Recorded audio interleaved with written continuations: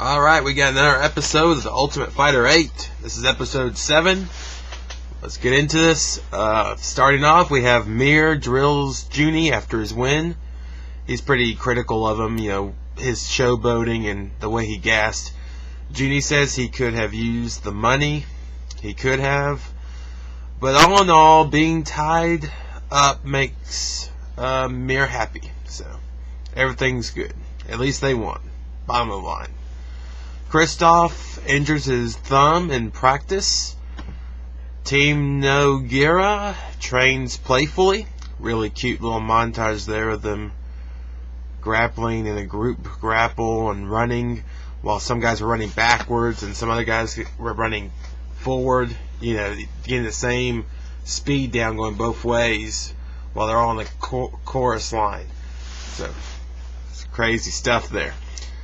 It seems like when they train more as a team and to grow together. It seemed like almost like it's like a camp. Nog likes Jules' heart and wishes he had control of the fights. Pretty basic there.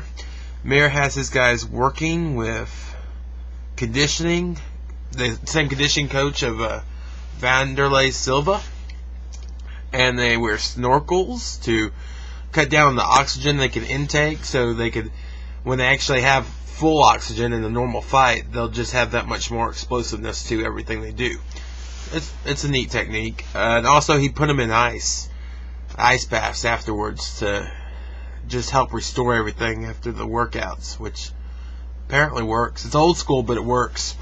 This is interesting because Mir was, he was praising Vinnie pretty hard in this episode, and he mentioned that he thinks he's better than the Big Nog, which is, there's different kinds of Brazilian Jiu-Jitsu. There's the kind that you do in just only BJJ competitions, and then there's the kind that Nog uses, which is applicated to MMA, and it's a lot different, if you ask me. But Vinnie agreed pretty much with what Mir was saying and said, yeah, Nog's stuff is basic. Jules bakes Nog a cake for his birthday. Nog comes over and loved the meal. Jules made most of the meal. I think Nova made a cake too. It just seemed like a happy family. Shane thinks Team Nog sucks each other's dicks. It's kind of funny. You see this kind of cattiness from the other teammates towards the Team Nog guys, the Team Mir people. And it's sad kind of. It's almost like an orphanage child trying to downplay the sight of a happy family, waiting in line to see Santa Claus or something as he looks through the store glass and a tear rolls off his eye. That's what it feels like. But yeah, Vinnie and Shane seem really jealous in this segment. Then Jules is expecting to fight Vinnie, and he wants to work his jab and keep distance. And it's announced Vinnie versus Jules. Mir thinks Vinnie will destroy him. Vinnie likes to train, and have fun with the girls. He said it like that with a G-U-R-L-S. It's real funny. But yeah, Vinnie seems like a workaholic. His stand-up is catching up to his ground game. That's what Mir was talking about. Vinnie's coming along. He's pretty much, it's almost like he's learning his stand-up game, though, from scratch. He's all ground game, pretty much. But they're working with him and catching him up. Nog confronts Vinnie, and an argument breaks loose. This was back in the training. I think one team was leaving and the other team was coming in. Nog's been hearing a lot of crap, and he went up to Vinnie about it. And he is right, because, he's not right, but I would have handled it differently. Well, I probably wouldn't have provoked anything.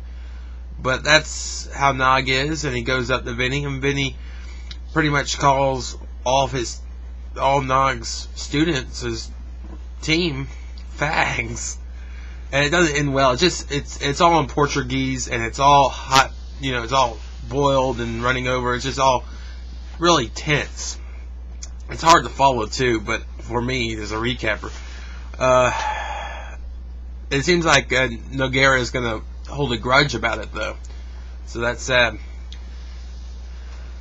I think he should let it go, personally. And Vinny should have a little more respect for Nog, but you can't force people to have respect for you. That's the problem. Because Nog clearly deserves all the respect he gets, and some. And he didn't really, but Vinny never really openly talked trash about Nog. He just accepted the compliments that Mir was giving him on saying he was better than Big Nog. And then, let's see. It finally kind of fizzles out, but Vinny tells him he'll see everything that's on the camera and everything. And if he sees everything on the camera, he'll see Vinny calling Nog's brown game basic. So maybe he doesn't remember that. Okay, and then we see a little thing with Stanky coaching Jules and tells him he doesn't want to be on the ground and get farted on. It's funny. Stanky always has a good moment on the show. Kyle wants Jules to smash his pretty face in. Kyle thinks that, not his face, but Vinny's face in. Kyle thinks Vinny's a pretty boy, and he thinks that'll be his weakness, is being hit in the face. It's a weakness to a lot of people, but not just the pretty, the ugly also. Shane Nelson predicts Vinny by flying armbar. Krzysztof got this tombstone for Jules, and he puts it on his bed, and he's waiting for his reaction, and finally, that was a commercial break. Then when they come back, Jules takes it well and is honored to be his best prank to date. Yeah, Jules was pretty... He actually was saying, no, that's cool, you know, he liked it.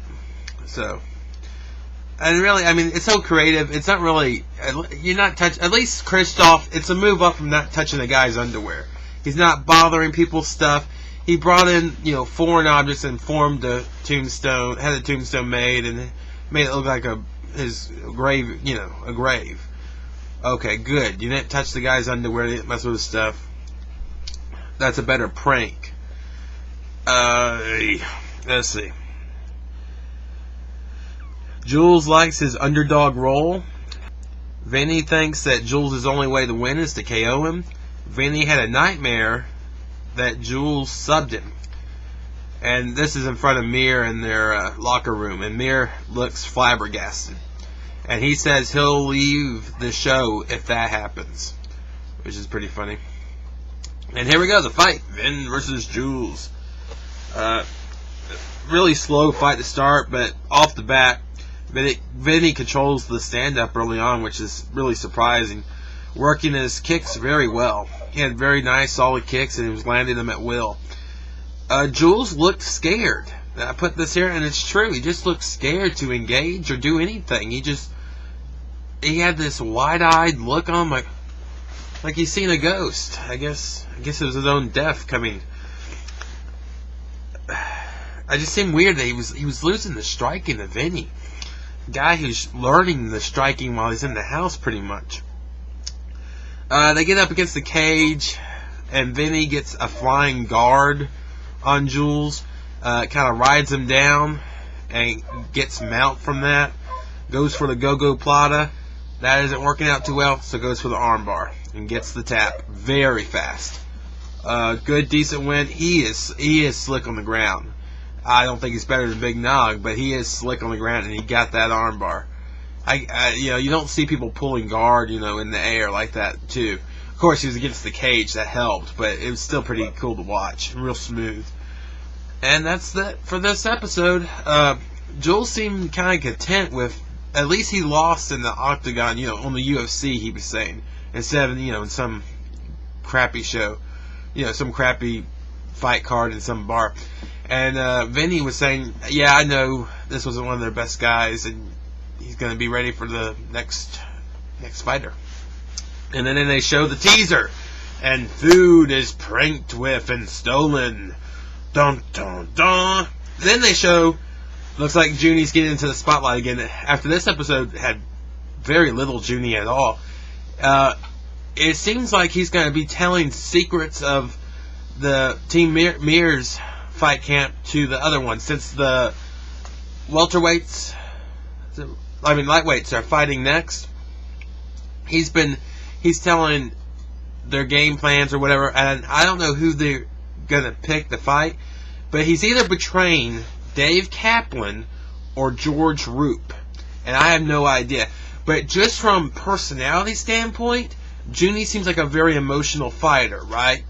Well, on the flip side of that, I think, who I'm going to just speculate and throw out there, Dave Kaplan seems a very, by-the-numbers guy. So I think it may be Dave Kaplan he's betraying. So, who knows? We'll find out next week, people. I'll see ya. Goodbye. Have a good one.